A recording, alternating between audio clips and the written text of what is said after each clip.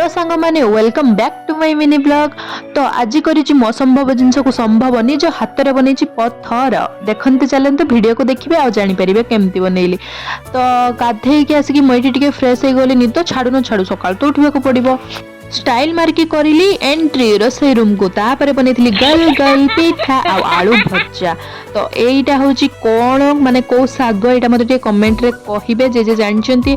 आ तापर आज टिके खाइबा को इच्छा थिला पोडा पोडी तो मोइटी टिके बैगण भर्ता करथुली आ नख को न सजैले कोन हबो टिके सजै दउथली आ ए मैडम को भाषण सुनुथली। तापर मु खाई की चलिली आम बाडियाडो को देखंतु केते सुंदर सुंदर लेंबू हिची आ ए फुलटा एबे टाइम रे अधिका फुटे आ स्टार्ट करि देली मोर पत्थर बनैबा मिशन डे।